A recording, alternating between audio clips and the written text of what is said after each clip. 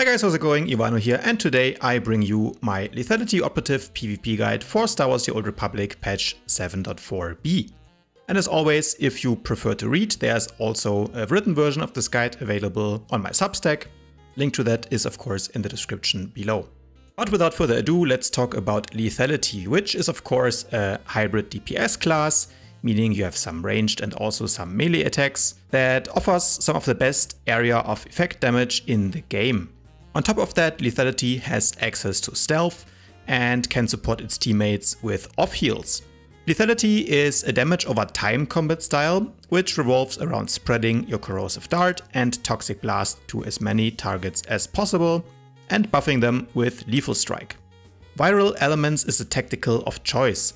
It allows toxic haze to spread your toxic blast, which again amplifies your dot damage on all affected targets. Also, it turns lethal strike into an AoE, and that's why you want to combine the two abilities whenever enemies are stacked up. The Synox Shots tactical can be useful for single target DPS, but other classes are still better at that even if you run this tactical, so you might as well play to your strengths and run viral elements instead. For Hardball you can run Augmented Holocom, which gives your Holo Traverse a second stack. Very OP for scoring the ball and then jumping back to your healers. The best legendary implant is Tactician, which grants you an extra 10% critical hit chance as long as you have a stack of Tactical Advantage. So this just buffs your overall damage and we can almost always have it up, so that's why you run this. Important note, there is another operative implant called Tactician's Focus. Good job on the clear naming here, BioWare, so don't confuse them. Tactician buffs all your damage, especially your dots. Tactician's Focus only gives you an auto crit on a filler ability, which doesn't even do great damage to begin with. So don't waste your tech frags on that. For your second legendary, I recommend running Locked and Loaded. It will give you an extra 5% bonus damage, which is less than 5% extra overall damage. It's a different modifier. But it's still a bit more damage, so overall I would say it's a good implant. The final implant that I've been playing with recently, after watching operative healers pull 50k HPS in PvE, is called Aggressive Treatment. This one gives you a free rotational heal, meaning you don't need to waste a global cooldown and you aren't losing DPS, in an 8-meter radius for up to 8 targets. It heals for 3 ticks per target and can crit for upwards of 10k per tick. So the AoE potential is insane if people are stacking. Use this instead of Locked and Loaded if your healers are bad and the enemy has a lot of melee. For your stats, you want to get your alacrity rating to around 2150 to reach the 1.4 second GCD. To reach that, you need 1 alacrity enhancement, 3 superior or golden alacrity augments on top of your fully leveled legendary implants. Since your Toxic Blast is a ranged attack, and it's quite important for your overall damage since it amplifies your dot damage by a significant amount, we need to run with 5% accuracy. To reach that, equip 1 accuracy enhancement, 2 augments, and the Advanced Curprax Proficient Stim. Once you have that, you want to get your critical rating to around 4800.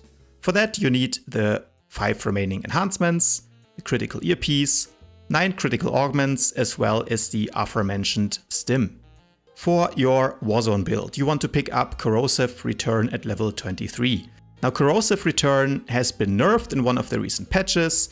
It used to be extremely overpowered since it extended the duration of your stim boost, which gives you a heal, damage reduction and alacrity buff. Now it only makes it so Corrosive Assault refunds your tactical advantage once every 10 seconds. But since tactical advantage is very important for keeping the tactician buff up, this is the best option for overall DPS. Alternatively, you can consider trying Corrosive Impair for the 50% slow if you are comfortable with not letting your TA stacks fall off. At level 27, Sly Countermeasures gives you an extra 2 seconds of evasion for a total of 7 seconds. Oh, and you get a free 60% AoE damage reduction on top of it. This makes you close to immortal against marksmen and virulent snipers, marauders, juggernauts and mercenaries, which makes this talent the overall best choice for warzones. At level 39, Critical Grenade is an extra 20% dot critical chance that you can always keep up by spamming Grenade. How overpowered is that? Paired with your Tactician's package, your dots should be close to always critting. Level 43, there are 3 interesting options, but in my opinion, Tactical Overdrive is the best one for PvP.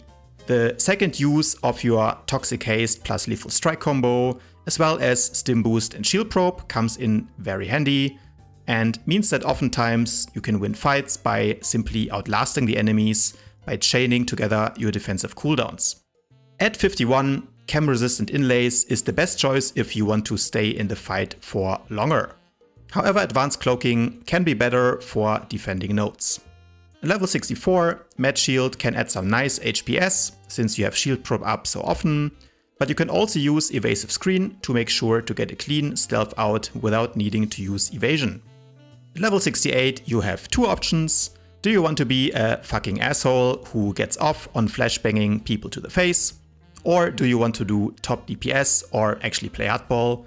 In the first case, go for flashbang, and in the second case, you want to pick up Holo Traverse. At level 73, I like both Blow for Blow and Evasive Imperative. The first makes it so AP power attacks one-shot themselves on you. The second one makes you immune to white damage more often. Tough choice this one. Best thing would be to scout out the enemy team before the match and decide accordingly to the enemy's team composition. For arenas, you will usually not be the first target, and taking advantage of that, we are making some changes to the build. Level 27 in the arena, the first kill is super important since it turns the rest of the match into a 3v4. That's why we take Debilitate and aim to stun the kill target, ideally after they have used their CC breaker. Level 64, in case you do need to stealth out during the fight, you want to make sure you can safely get away and don't randomly pop out of stealth because of a lingering dot on you. In a warzone, 1 death is not that bad, but in arena, it means that you are out of the match and are forced to watch your teammates chase the enemies around for up to 5 minutes while you inspect the integrity of the arena floor. Instead, I recommend that you take Evasive Screen, heal to full, and make them pay. Level 73, as mentioned in the Warzone build, this one really depends on the classes you face, but both options can be useful here. And that brings us to the main damage combo.